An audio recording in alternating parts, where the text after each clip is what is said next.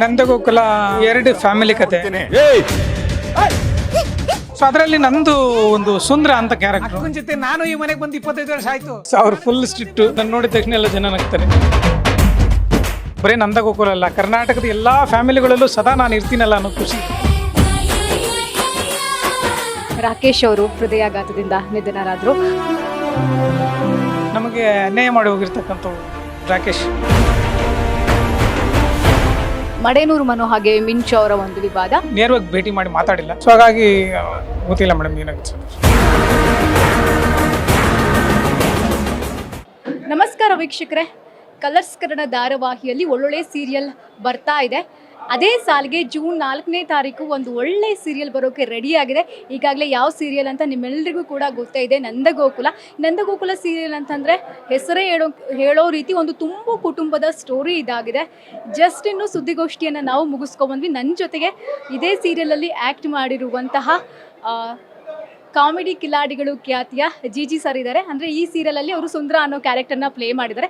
ನಾನು ಅವ್ರನ್ನ ಮಾತನಾಡಿಸ್ತಾ ಹೋಗ್ತೀನಿ. ಅವರಿಗೆ ಈ ಸೀರಿಯಲ್ ಎಷ್ಟು ಸ್ಪೆಷಲ್ ಕೇಳೋಣ ಬನ್ನಿ. ನಮಸ್ತೆ ಸರ್, ಹೇಗಿದ್ದೀರಾ? ನಮಸ್ಕಾರ, ಸೂಪರ್. ನಂದಗೋಕುಲ ಎಷ್ಟು ಸ್ಪೆಷಲ್ ನಿಮಗೆ? ನಂದಗೋಕುಲ ಎರಡು ಫ್ಯಾಮಿಲಿ ಕತೆ. ನನಗೆ ಆ್ಯಕ್ಚುಲಿ ಎರಡು ಸೀರಿಯಲ್ ಮಾಡೋದು ಅನುಭವ ಆಗ್ತಾಯಿದೆ. ಯಾಕಂದರೆ ಅಷ್ಟು ಚೆನ್ನಾಗಿ ನಿರ್ದೇಶಕ ಶ್ರವಂತ್ ಅವರು ಒಂದು ಎರಡೂ ಫ್ಯಾಮಿಲಿನ ಕ್ಯಾರಿ ಮಾಡ್ತಾಯಿದ್ದಾರೆ. ಸೊ ಹಾಗೆ ಎರಡೂ ಫ್ಯಾಮಿಲಿದು ಒಂದು ವಿಶೇಷವಾದ ಕತೆ ಇದೆ. ಈಗ ಪ್ರೇಕ್ಷಕರು, ತಂದೆ ತಾಯಿಗಳು ಇದನ್ನು ಖಂಡಿತವಾಗಿ ಸ್ವೀಕಾರ ಮಾಡಿ, ಫ್ಯಾಮಿಲಿ ಕತೆ ಅಂದಾಗ ಆಲ್ಮೋಸ್ಟ್ ಎಲ್ರಿಗೂ ಇಷ್ಟ ಆಗುತ್ತೆ. ಸೊ ಅದರಲ್ಲಿ ನಂದು ಒಂದು ಸುಂದ್ರ ಅಂತ ಕ್ಯಾರೆಕ್ಟ್ರು. ಸೊ ಆ ಕ್ಯಾರೆಕ್ಟ್ರು ಎರಡೂ ಫ್ಯಾಮಿಲಿಗೂ ಕನೆಕ್ಟ್ ಇರ್ತಕ್ಕಂಥ ಒಂದು ಕ್ಯಾರೆಕ್ಟ್ರದು. ಸೊ ಎರಡೂ ಫ್ಯಾಮಿಲಿಗೂ ಕೊಂಡಿ ಆಗಿರ್ತಕ್ಕಂಥ ಕ್ಯಾರೆಕ್ಟ್ರು. ನಾನು ಅಕ್ಕನ ಜೊತೆ ಬಾವನ ಮನೆಯಲ್ಲೇ ಇರ್ತೀನಿ. ಸೊ ಆಮೇಲೆ ಅಣ್ಣಂದ್ರು ಎದುರುಗಡೆ ಮನೆ ಇರುತ್ತೆ. ಸೊ ಈ ಥರ ಎರಡೂ ಫ್ಯಾಮಿಲಿಗೂ ಕನೆಕ್ಷನ್ ಆಗಿ ಒಂದು ಕ್ಯಾರಿ ಆಗ್ತಕ್ಕಂಥ ಕ್ಯಾರೆಕ್ಟರ್. ಹಾಗಾಗಿ ನಂಗೆ ನೋಡಿ ಇತ್ತೀಚೆಗೆ ಜಾಯಿಂಟ್ ಫ್ಯಾಮಿಲಿಗಳು ಕಡಿಮೆ ಆಗ್ತಾಯಿದೆ. ಸೊ ಅಂಥದ್ದು ಸೀರಿಯಲ್ಗಳಲ್ಲಿ ಒಂದು ಜಾಯಿಂಟ್ ಫ್ಯಾಮಿಲಿ, ಇದು ಕಾಮಿಡಿಗೆ ಎಷ್ಟು ಕಾಮಿಡಿಗೆ ಹೋಗುತ್ತೋ ಅಷ್ಟು ಎಮೋಷ್ನಲ್ ಆಗಿರ್ತಕ್ಕಂಥ ಒಂದು ಕ್ಯಾರೆಕ್ಟರ್. ಸೊ ಹಾಗಾಗಿ ಎಮೋಷ್ನಲ್ಗೂ ಒಂದು ಟಚ್ ಆಗುತ್ತೆ ಕ್ಯಾರೆಕ್ಟ್ರು. ಸೊ ಹಾಗಾಗಿ ವಿಶೇಷವಾಗಿ ಪಾತ್ರ ನನಗೆ ಭಾಳ ಖುಷಿ ಕೊಟ್ಟಿತ್ತು.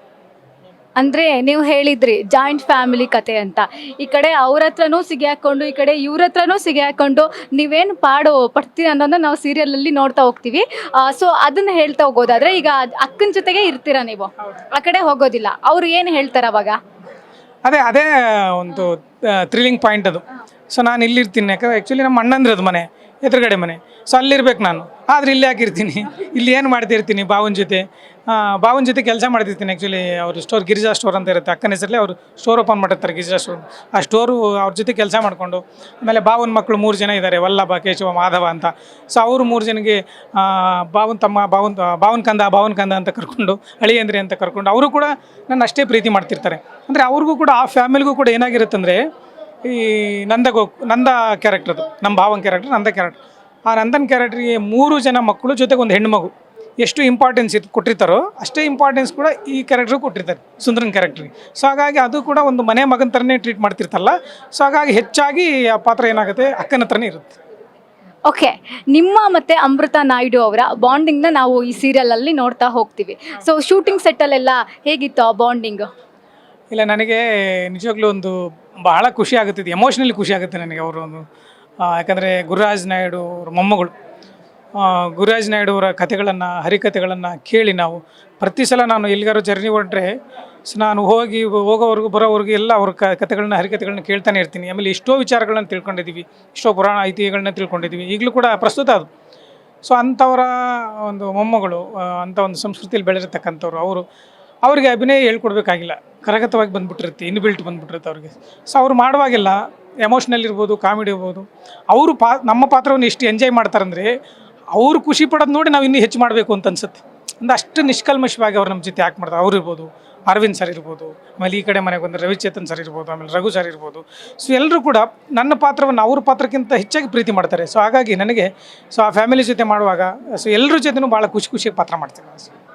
ನಿಮ್ಮ ಭಾವ ಅಂತಂದರೆ ಮಹಾದೇವ್ ಸರ್ ಅವ್ರ ಜೊತೆಗೆ ಅವರ ಒಂದು ಕ್ಯಾರೆಕ್ಟರ್ ಬಂದು ತುಂಬ ಅರವಿಂದ್ ನಂದಕುಮಾರ್ ಅವ್ರ ಕ್ಯಾರೆಕ್ಟರ್ ಅಲ್ವಾ? ಅವರ ಕ್ಯಾರೆಕ್ಟರ್ ಬಂದು ತುಂಬ ಸ್ಟ್ರಿಕ್ಟ್ ಆಗಿರುವಂಥ ಒಂದು ಕ್ಯಾರೆಕ್ಟ್ರು. ನೀವು ಬಂದು ಫುಲ್ ಕಾಮಿಡಿಗೆ ಥರ ಒಂದು ರೀತಿಯಲ್ಲಿ ಕ್ಯಾರೆಕ್ಟರ್ ಮಾಡಿರೋದು.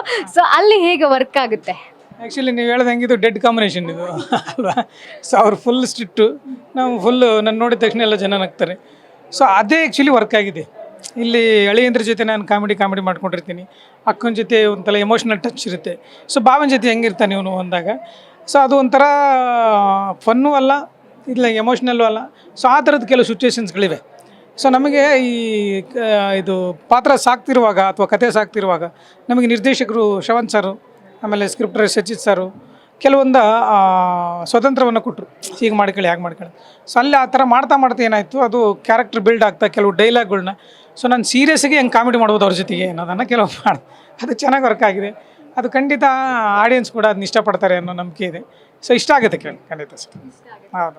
ಓಕೆ, ಇಷ್ಟು ಸೀರಿಯಸ್ ಸಿಚುವೇಶನ್ ಇದ್ರೂ ಕೂಡ ಜಿಜಿ ಅವರು ಎಲ್ಲಾದರೂ ಒಂದು ಕಡೆನಾದರೂ ಕಾಮಿಡಿ ಮಾಡ್ತಾರ ಸೀರಿಯಲಲ್ಲಿ, ಹೇಗೆ? ಖಂಡಿತ ಅದು ಕಾಮಿಡಿಗೆ ಹೋಗುತ್ತೆ. ಕ್ಯಾರೆಕ್ಟ್ರು ಎಮೋಷ್ನಲ್ ಟಚ್ ಇರುತ್ತೆ, ಆದರೆ ಕ್ಯಾರೆಕ್ಟ್ರು ಕಾಮಿಡಿಗೆ ಪ್ಲೇ ಆಗ್ತಾ ಇರುತ್ತೆ ಆ್ಯಕ್ಚುಲಿ. ಸೊ ಉದಾಹರಣೆಗೆ ನೋಡಿ, ನನ್ನ ಕ್ಯಾರೆಕ್ಟ್ರು ಸೀರಿಯಸ್ ಆಗಿರುತ್ತೆ. ಉದಾಹರಣೆಗೆ ನಾನು ಸುಂದರ, ಬಾಬಾ ನೀವು ಸುಂದರ ಬಿಡಿ ಅನ್ನೋದು ಅವರು ಇರೋ ವಿಷಯ ತಾನೇ, ಫ್ಯಾಕ್ಟ್. ಅವ್ರು ಅಷ್ಟು ಚೆನ್ನಾಗಿದ್ದಾರೆ ನೋಡೋಕ್ಕೆ. ವಿಷ್ಣುವರ್ಧನ್ ಥರ ಸುಂದರ ನೀವು. ಸೊ ಈ ಥರದ್ದು ಅಂದರೆ ಕ್ಯಾರೆಕ್ಟ್ರ್ ಪ್ಲೇ ಆಗೋದೇನಿದೆಯಲ್ಲ, ಸೊ ಹೋಗ್ತಾರ ವೇ, ಆಮೇಲೆ ಸಿಚುವೇಷನ್ನೇ ಕಾಮಿಡಿ ಆಗಿದೆ. ಅಲ್ಲಿ ನಾವು ಮಾಡ್ತೀವಿ ಅನ್ನೋದಕ್ಕಿಂತ ಕಾಮಿಡಿ ಮಾಡೋದಕ್ಕಿಂತ ಸಿಚುವೇಷನ್ನೇ ಆಗಿದೆ. ಹಾಗಾಗಿ ಜನಗಳಿಗೆ ನಗ್ಸೋದ್ರಲ್ಲಿ ಎರಡಿಲ್ಲ. ಓಕೆ, ಅಕ್ಕನ ಮಕ್ಕಳ ಜೊತೆಗೆ 3 ಜನ ಗಂಡು ಮಕ್ಕಳ ಜೊತೆಗೆ ನಿಮ್ಮ ಒಂದು ಬಾಂಡಿಂಗ್ ಹೇಗಿರುತ್ತೆ? ಅಯ್ಯೋ, ಅದಂತೂ ತುಂಬ ಚೆನ್ನಾಗಿದೆ. ನನಗೇ ನೆನೆಸ್ಕೊಂಡ್ರೆ ಖುಷಿ ಆಗುತ್ತೆ.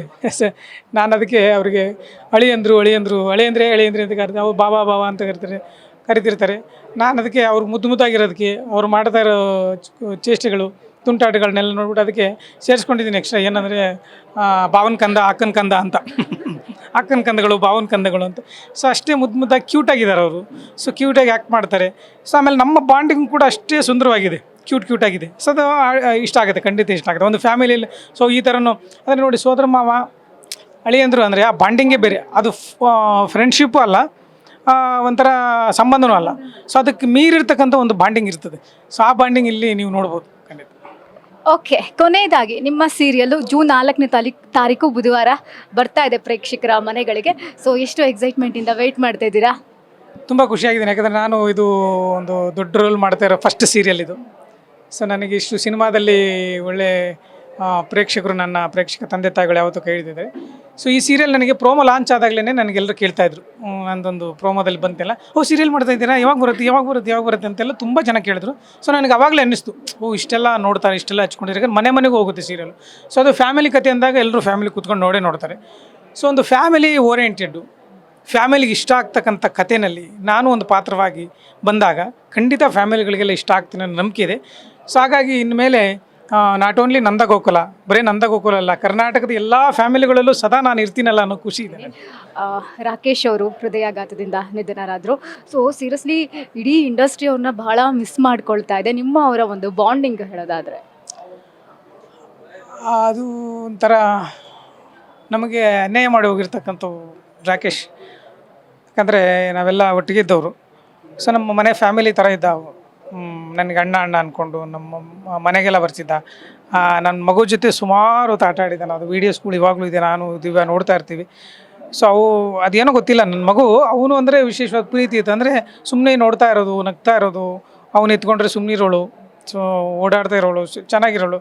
ಸೊ ಅವೆಲ್ಲ ನೆನೆಸ್ಕೊಂಡಾಗ ನಮ್ಮ ಫ್ಯಾಮಿಲಿ ಮೆಂಬರ್, ನನ್ನ ತಮ್ಮನ್ನ ಮಿಸ್ ಮಾಡ್ಕೊಂಡಿದ್ದೀನಿ ಅಂತ ಅನಿಸುತ್ತೆ. ಅದು ಯಾವಾಗಲೂ ಮಿಸ್ಸಿಂಗೇ. ಅದು ಒಂದು ಪ್ಲೇಸ್ ಖಾಲಿ ಆಯ್ತದೆ ಆ್ಯಕ್ಚುಲಿ. ಸೊ ಇರಬೇಕಿತ್ತು, ಬಟ್ ದೇವರು ಒಳ್ಳೆಯವ್ರನ್ನ ಭಾಳ ದಿನ ಇಟ್ಕೊಳ್ಳಲ್ಲ ಅಂತಾರಲ್ಲ. ಸೊ ಹಾಗಾಗಿ ಗೊತ್ತಿಲ್ಲ ಅದು. ಓಕೆ, ಇನ್ನೊಂದು ಮಡೇನೂರು ಮನೋ ಹಾಗೆ ಮಿಂಚು ಅವರ ಒಂದು ವಿವಾದ. ಮಿಂಚು ಅವ್ರನ್ನ ಏನಾದರೂ ಮಾತನಾಡ್ಸೋಂಥ ಪ್ರಯತ್ನ ಮಾಡಿದ್ರಾ? ಗೊತ್ತಾಯ್ತಾ ವಿಷಯ ಎಲ್ಲ? ವಿಷಯ ಗೊತ್ತಾಯ್ತು ಮೇಡಮ್. ನಾನು ಸ್ವಲ್ಪ ಶೂಟಿಂಗಲ್ಲಿ ಬ್ಯುಸಿ ಇರೋದ್ರಿಂದ ಇದು ಏನಾಯಿತು, ನಂದಗೋಕುಲ ಜೊತೆಗೆ ಸಿನಿಮಾಗಳು, ಸೊ ಫುಲ್ ಬ್ಯುಸಿ ಆಗ್ಬಿಟ್ಟು ಏನಾಗಿದೆ ಅಂದರೆ ನಾನು ಎಲ್ಲೂ ಹೋಗೋಕ್ಕಾಗ್ತಿಲ್ಲ, ಏನು ವಿಷಯಗಳನ್ನು ತಿಳ್ಕೊಳ್ಳೋಕ್ಕಾಗ್ತಿಲ್ಲ. ಯಾಕಂದರೆ ಒಂದು ಯಾವುದಾದ್ರೂ ಕೆಲಸ ಅಂತ ಸಿಕ್ಕಾಗ ಅದಕ್ಕೆ ನಾವು ಫುಲ್ ಡೆಡಿಕೇಶನ್ ಹಾಕಬೇಕಾಗತ್ತೆ. ನೋಡಿ, ಕೆಲಸ ಇಲ್ಲದೆ ಇರುವಾಗ ನಾವು ಫುಲ್ ಫ್ರೀನೇ ಇರ್ತೀವಿ ಕಲಾವಿದರು. ಕೆಲಸ ಅಂತ ಸಿಕ್ಕಾಗ ಅದು ಫುಲ್ ಡೆಡಿಕೇಶನ್ ಹಾಕಿ ಮಾಡಬೇಕಾಗುತ್ತೆ. ನನಗೆ ಶ್ರವಂತ್ ಸರ್ ನಿಮಗೆ ಸಿನಿಮಾ ಇದ್ದಾಗ ಬಿಟ್ಕೊಡ್ತೀನಿ ಅಂತ ಹೇಳಿದರು. ಸೊ ಹಾಗಾಗಿ ಮಧ್ಯದಲ್ಲಿ ಸಿನಿಮಾಗಳು ಬಂದಾಗಲೂ ಪಾಪ ಅವರು ಡೇಟ್ ಅಡ್ಜಸ್ಟ್ ಮಾಡಿ ನನಗೆ ಕೊಟ್ಟಿದ್ದಾರೆ. ಸೊ ಸಿನಿಮಾಗಳು ಮಾಡ್ತಾ ಜೊತೆಗೆ ಸೀರಿಯಲ್ಗಳು ಇವ್ರು ಪಾಪ ಡೇಟ್ ಬೇರೆ ನೋಡಿದ್ರಲ್ಲ, ಕಲಾವಿದರ ದಂಡೆ ಇದೆ. ಅದರ ಮಧ್ಯದಲ್ಲಿ ನಾನು ಏನಂದರೆ ಡೇ ಆ್ಯಂಡ್ ನೈಟ್ ವರ್ಕ್ ಮಾಡಬೇಕಾಗಿತ್ತು. ಸೊ ಹಾಗಾಗಿ ನಾನು ರಾಕೇಶನ ಒಂದು ಕೊನೆಯ ಅಂತ್ಯ ಸಂಸ್ಕಾರಕ್ಕೂ ಹೋಗೋಕ್ಕಾಗಲಿಲ್ಲ. ಅದು ಭಾಳ ಬೇಸರ ಇದೆ ನನಗೆ, ವೈಫ್ ಹೋಗೋಕ್ಕಾಗಲಿಲ್ಲ. ಸೊ ಇಂಥ ಪರಿಸ್ಥಿತಿಯಲ್ಲಿ ವಿಷಯಗಳು ಬಂತು ನಮಗೆ. ಸೊ ಅದು ಗೊತ್ತಿಲ್ಲ, ಸರಿಯಾದ ವಿಚಾರಗಳು ಇನ್ನೂ ನಾನು ನೇರವಾಗಿ ಭೇಟಿ ಮಾಡಿ ಮಾತಾಡಿಲ್ಲ. ಸೊ ಹಾಗಾಗಿ ಗೊತ್ತಿಲ್ಲ ಮೇಡಮ್ ಏನಾಗುತ್ತೆ ಸರ್. ಓಕೆ, ನಮ್ಮ ಕಡೆಯಿಂದ ನಿಮ್ಮ ಸೀರಿಯಲ್ಗೆ all the best sir. Thank you madam, thank you so much. ನೋಡಿದ್ರಲ್ವಾ, ಇದು ಜಿ ಅವರ ಮಾತಾಗಿತ್ತು. ಕ್ಯಾಮ್ರಾ ಪರ್ಸನ್ ವೆಂಕಟೇಶ್ ಜೊತೆ ಪಲ್ಲವಿ ರಾಜ್, ನ್ಯಾಷನಲ್ ಟಿವಿ.